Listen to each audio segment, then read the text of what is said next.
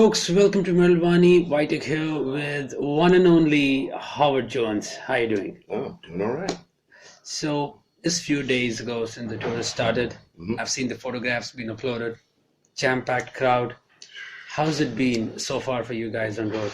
Oh, it's been great. I mean, it's getting to open for, for a tour like this is just a really big opportunity. The bands have been great, and the crowds have been amazing. So yeah, it's been fun. That's awesome. Now, 2 albums. The second album, They Bleed Red, is out 3 days ago. Yes. Now, how's the response been in terms of like overall fans finding a totally different side of Devil You Know on this album? Oh, response seems to be pretty good. It's all you can hope for. I mean, I don't really read a lot of reviews, and plus I don't have any sort of social media, so, Right. so I'm not really looking at it. But just from what everybody else is saying, it's been pretty good. So no complaints there. Wonderful. And have you guys played some new tracks live? Because when we talk about the set list, how long do you get to play here? Well, it's been kind of varying. It Okay. just depends on the curfew and things like that. So on an average, like it's been averaging like 30 to 45 minutes. 45 minutes. So we'll play at least a couple new songs. Yeah. Okay. So there are going to be some songs from the new ones, and of course the first album as well. Oh yeah. Now, before we talk about the album, how about the music video which came out? And that was that was like a total new side of what I've seen from Francisco or you or from John as well. I mean, whose idea was it to? That was actually our manager's idea. And he knew the guy who directed the video, and he just thought, hey, I think it'd be really funny or a lot of fun. Well, that was the thing. He said he thought it would be fun. We said, well, it has to be funny.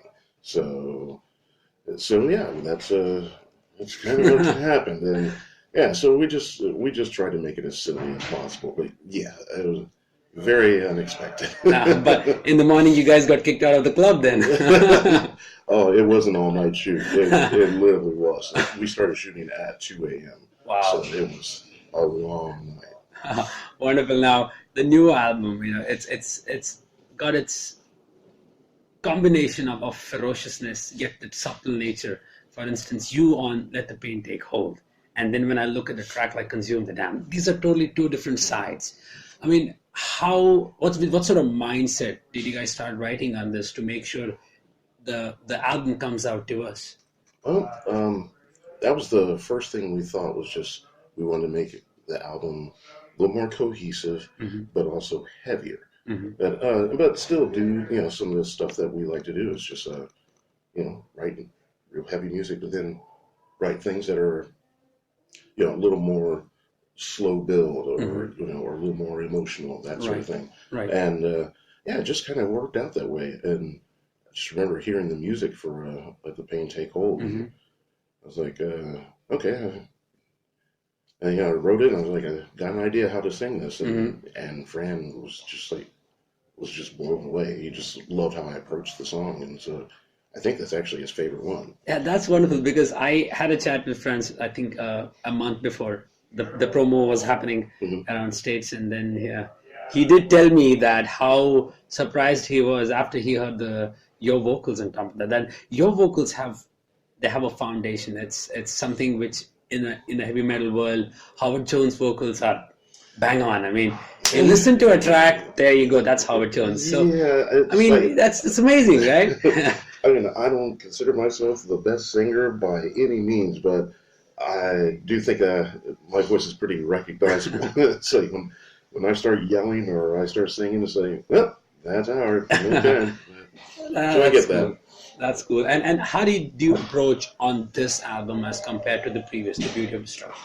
Yeah, I just wanted to make it just more aggressive, but even still, just even go even further to the extreme, the other direction. I had just wanted to really try and explore what I was capable of doing. Okay. And so I just really pushed.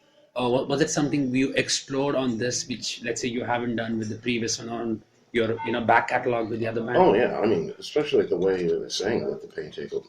I've never sang a song quite like that, and And I mean, heck, on the extended version, we did an acoustic song. What? I've never done that. So, yeah, but it was fun. It was Wonderful. a lot of fun. Your lyrics have something where not just a fan, but a person who loves music can relate to very easily.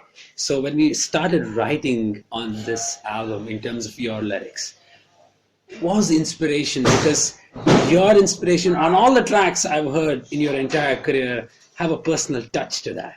Yeah. So, how's it? I do generally write pretty personal things. And on occasion, I'll write about, something or someone that's close to me that, something's happened. That it's just, I have this wealth of good and bad experiences in my life that I can draw from. So yeah, it's not too tough to pull stuff out. But basically, when I write, I mean, generally, actually, most of this album I wrote while walking my dog. Wow. Yeah, so I just listen to the demos and just walk him, just walk a few miles and just wait for an idea to formulate.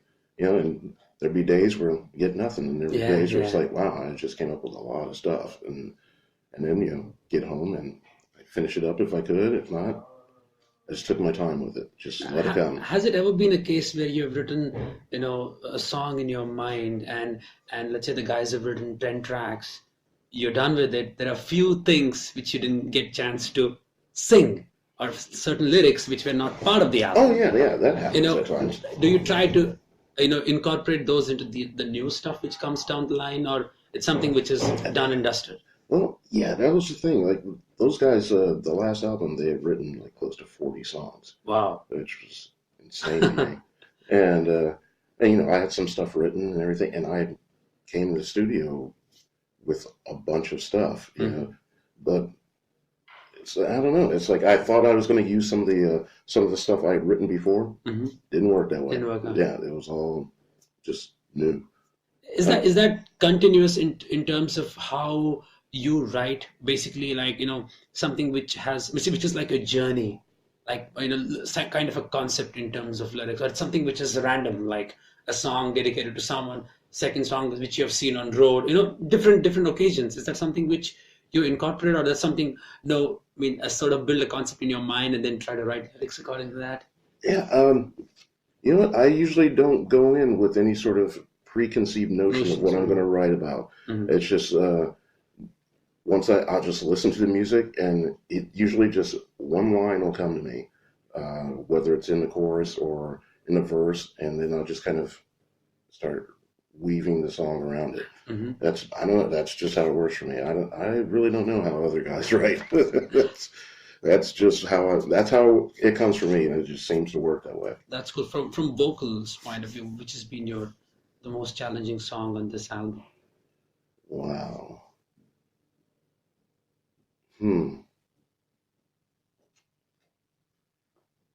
Like something after finishing the track, you were like, damn, that was a lot of work.